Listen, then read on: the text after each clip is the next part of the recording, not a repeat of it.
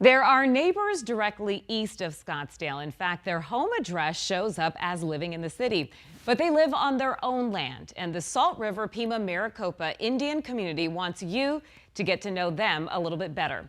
12 News journalist Allison Rodriguez went there and sat down with members about how they came to call this place home.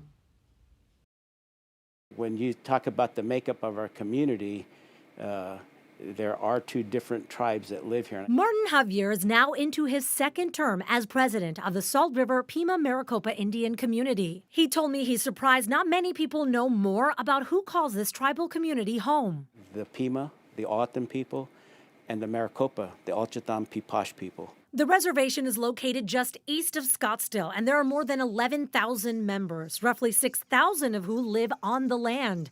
And their partnership goes back generations. The story says that an agreement was made that if the Pimas helped the Maricopas in fighting the Yuma tribes that were chasing them, if they were successful, that the Maricopas could live amongst the Pimas. Together, they were known for their agriculture. We were known as farmers. We farmed this area. That's how Pima tribal member Emily King remembers growing up. We had cows, pigs, chickens, goats, the whole 9 yards. President Javier says they also were known as helpers, feeding and giving aid to those who came through. But these tribes have two distinct languages and customs. The Pimas are known for their basketry, and the Maricopas are known for their pottery work. The basket dancing is a tradition for the Pimas, and King remembers it. I participated in the dances. They had dance groups. The Maricopas have traditional dances too. While they sing, the women will dance, and they're called the bird dancers. But King remembers loving the game of taka. They had no mercy. I mean, that's why now they have the shin guards. It's an ancient field hockey game played by the O'odham women. King is a former Miss Salt River too. Moving to LA when she was younger, she says, was an eye-opener. Had they heard of your tribe before when you mentioned? Some, but mostly not. Mostly not.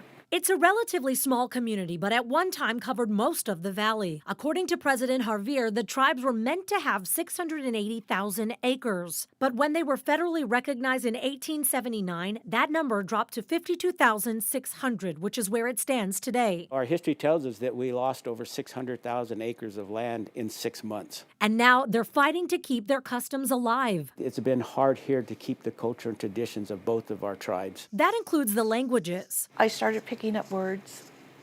I could not speak a full sentence if I wanted to. But work is being done to help bring it back, according to President Javier. That includes immersion programs at Scottsdale Community College and bringing up sister tribes to help teach. For King, it's music to her ears hearing her granddaughter speak. I tell them, just keep telling Grandma. Like, for instance, if she has to go to the restroom, she can't just say it in English. She has to say it in O'odham. It's a start, and they say every lesson brings them closer to their land and closer to reclaiming their culture.